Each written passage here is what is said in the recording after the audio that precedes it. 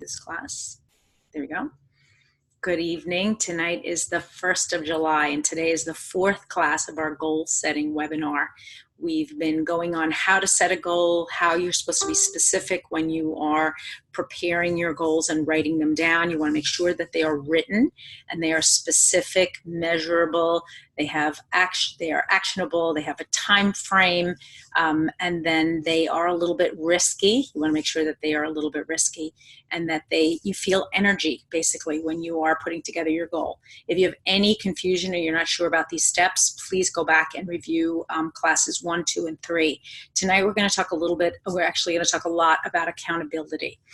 So for the last 3 weeks, we've been talking about how, and we've been talking about what a goal looks like, and we've talked about a little bit about who should be setting goals, and you can be setting goals in any of the areas of your life. What I mentioned to you last week is the last 2 weeks, I'm using something that's called a full focus planner. And you can find this thing online, and the gentleman who runs the website is actually someone who's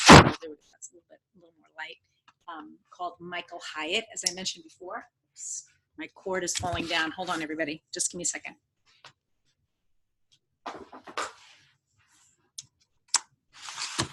There we go. That's a little better. Okay.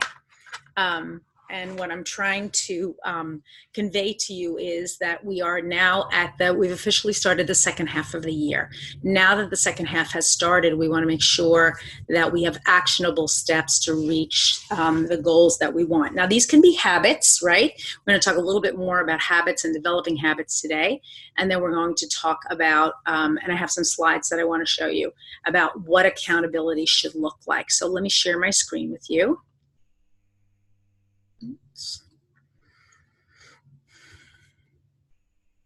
Hold on 1 second.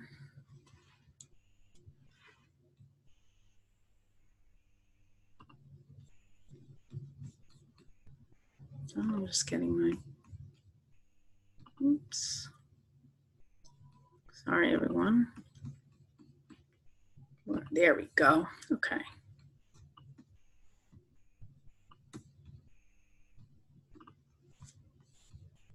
That's what I want to share. Okay, so these are 5 quick steps that we have, and let me show them to you. Here we go. And if you have questions, obviously, I want you to add them into the chat at the end. So you all know me. My name is Elena Yordan.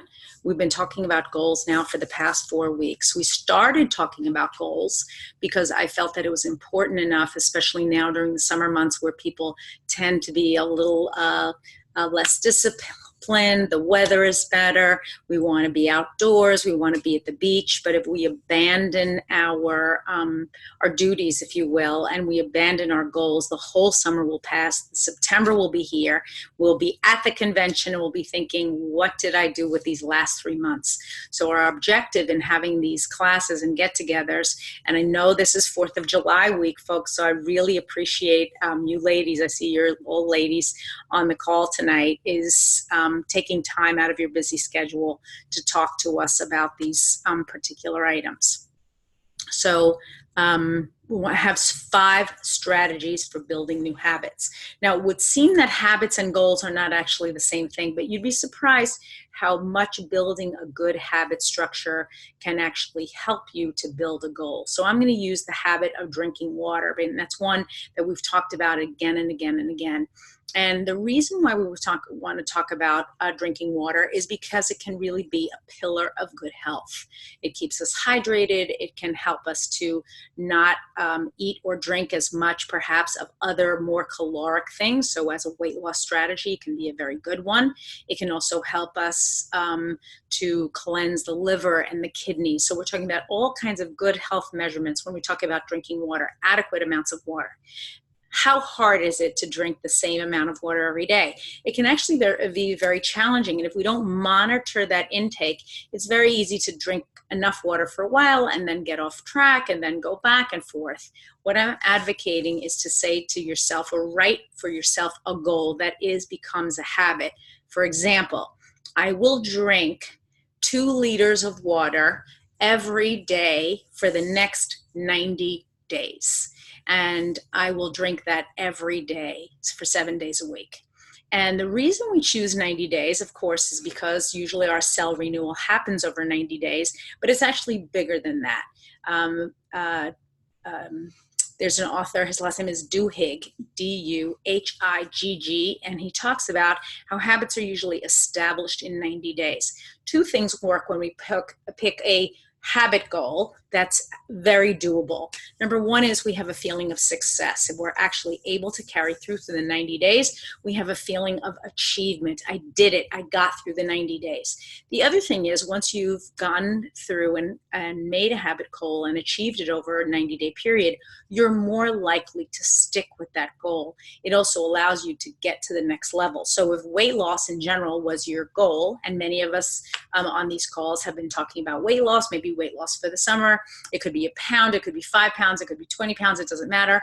By chunking our steps, if you will, towards good, healthy weight, the first step being perhaps additional water, the second one perhaps giving up sugar, if you will, and a third one could be perhaps exercise. If we're able to do each one of those for 90 days over a period of 9 months, we would absolutely see the scale begin to move, especially as we begin to encounter each one of those things, establish them and do them and put them as part of our routine. So habit goals can be very successful in helping to move the needle for us in general. So let's talk about 5 strategies for building new habits. Number one is you want to envision your future destination. So one of the problems that I see with a lot of people who send me their goals is that they give me one of two things. They give me either a laundry list, and the laundry list can be, I want to decorate my new house, and so I'm going to get curtains and chairs and furniture and pillows and lamps and so on. That's not a goal. A goal might be to do something that's a little bit more fixed, but we want to make sure that there's a time frame. So if we're going to go with the decorating goal might look something like redecorate my son's bedroom, including new curtains and so on, within the next 30 days so that I could invite my in-laws to sleep in his bedroom when they come for Christmas. That would be a definite goal. Then I would break it down into steps. And then I would also put down my motivation. What's my motivation there? My son's room is sloppy and isn't consistent with the rest of the house. When my in-laws come to visit, I want to make sure that I have an adequate place for them to sleep, and so on. So you're breaking down that goal. The other thing is you want to make sure that you have a specific reward for yourself. What is the reward? And many people will tell me, well, I'll have the satisfaction of knowing that the room looks better, or I'll have the satisfaction of knowing that I drank the 2 liters. No, that's not a reward. A reward is I got myself a new water bottle, perhaps. I actually was talking to someone about this the other day. Many of us have this water drinking goal, habit goal, on our list of goals for the next 90 days. And her goal, her reward for herself was going to get a custom glass sticks bottle. So you've all heard of these glass bottles, and they have it's a little diffuser. You can put fresh fruits and vegetables in the middle, but evidently you can customize them, I guess, with your initials or your name. And they're fairly pricey if you customize them. So that was going to be her gift to herself. That's what I mean when I talk about a tangible reward. It can be anything. It could be an ice cream cone. It could be a new piece of jewelry or a book. It can be inexpensive. It can be expensive. It's up to you and your pocketbook. The goal, I would say the reward should match the goal somewhat, but it doesn't have to be extravagant in any way if that's what you choose. So you want to build upon your vision. What's going to be your vision at the end of 90 days? So for me, being able to drink more water means a whole host of things: better behavior, better sleep, better kidney function. I actually am visually myself at the end of 90 days how much healthier I am going to be after having drunk that water. And so that's why you want to make sure that you're envisioning your future generation destination. Second thing is you want to track your progress on your goals.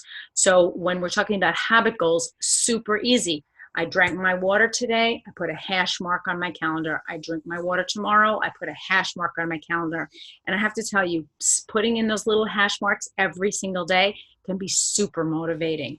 You can see it helps you to get a clear idea of what the big picture is. If you see big gaps, you know, I'm not getting to it.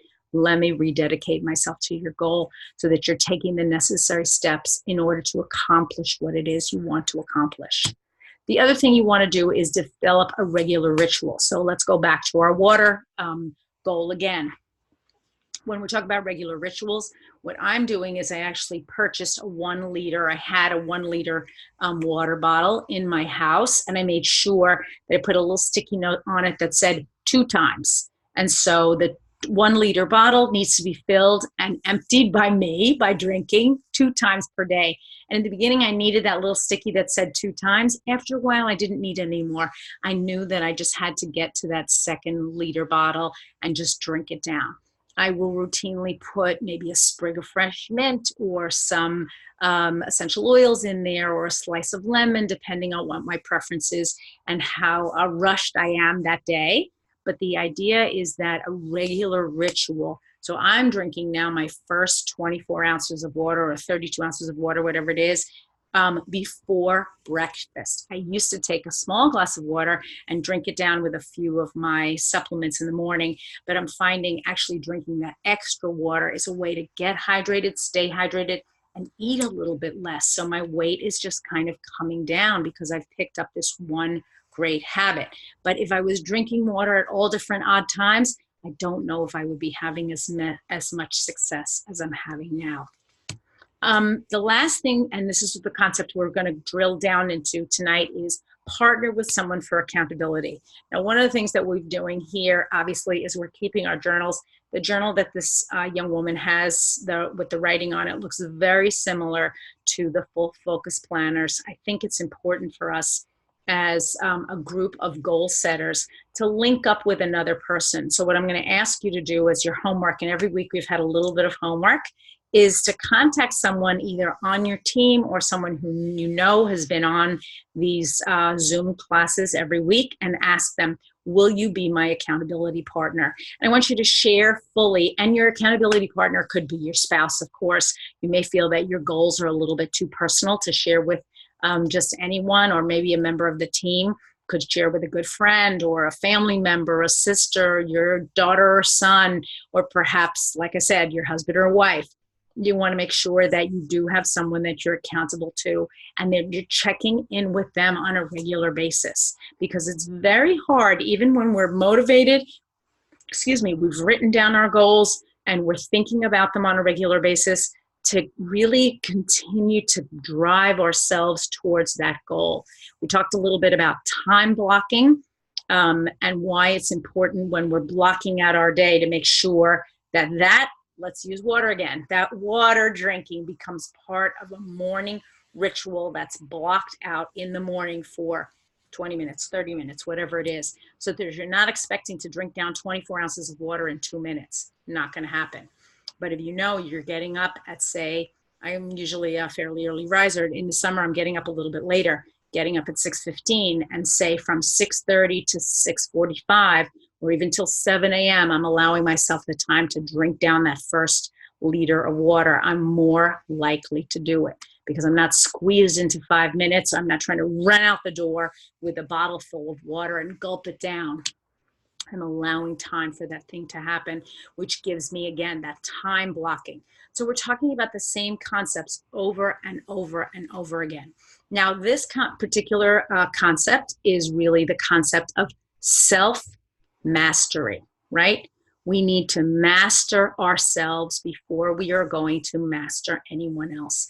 And this is true in families, but it's also true in business. It's true in partnerships. If we have not mastered ourselves, it's going to be very difficult for us to try to master anybody else. So we're talking about self-mastery first. Start with water. It is a habit goal, and it can be very rewarding. Second thing is we want to talk about the idea of process mastery.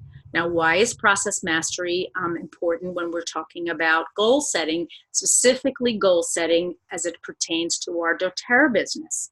Because the process by which we make our calls, follow up, do the things, all the activities that we need to do to be able to enroll people and to maintain our teams and to grow them is all part of the whole idea of goal setting and being goal oriented.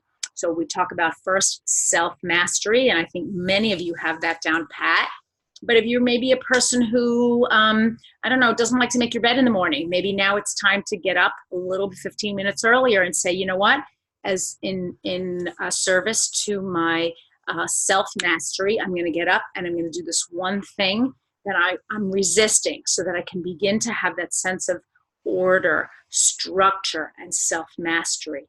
And then when we talk about process mastery, we're talking about setting definitive times during the day, each and every day, at least 5 days a week, to make our phone calls, to do our follow-ups, and begin to follow a process.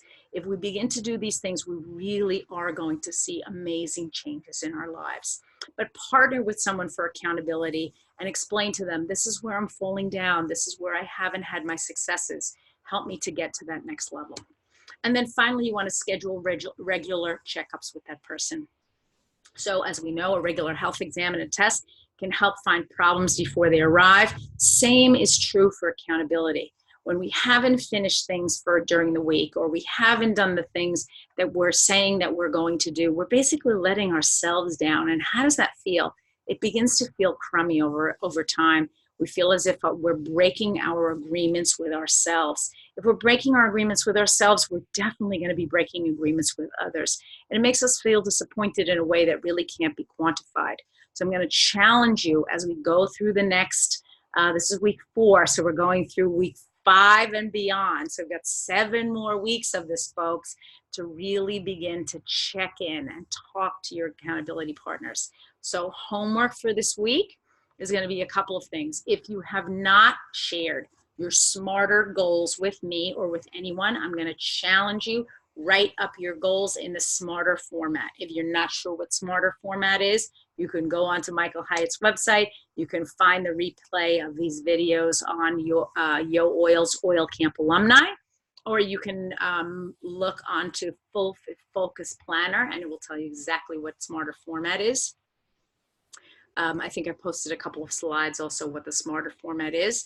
So that's number 1. You want you to write up your goals. Number 2 is find your accountability partner and be willing to tell me who that accountability partner is. And then number 3 is, when are your regular checkups? When are going to be the regular checkups with that person or with that journal or whoever the individual is that's going to help you to really stay on track. And you're going to be able to talk to that person and say, you know what, I didn't do it this week, or I didn't get to it. I'm not sure what's happening.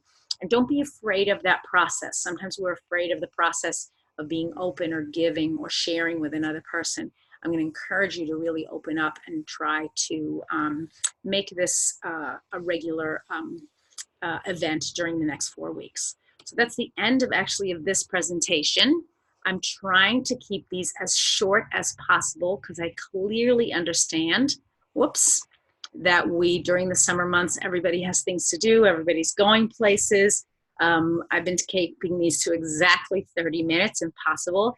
I want to open it up if anybody has questions about either the journal or goal setting or this presentation or what we're going to be covering next week, accountability partners, anything at all. I see a couple of new names on today's call. Jill, Mary Ellen, and Lydia.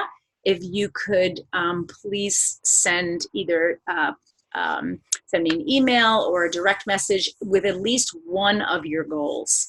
We are asking people to set 7 to 10 goals for the next year. So that means you're basically setting 3 goals for this quarter, and the quarter just begun today. I started the process at the beginning of June because it was my birthday month, and for me it was like Happy New Year to me, if you will. And so I've been in this process now for a whole month and really feeling very energized. And I am seeing the needle moving. I'm seeing it moving in my business. I'm seeing it moving in my personal life. I'm very excited. If you're looking behind me and trying to figure out where is she, I'm down on Long Beach Island and I'm in someone's guest bedroom. And so this is where I'm broadcasting from today, but I didn't want to miss this opportunity to talk to you. So questions, anybody set some goals already and you want to talk about them? Here we go. Whoops.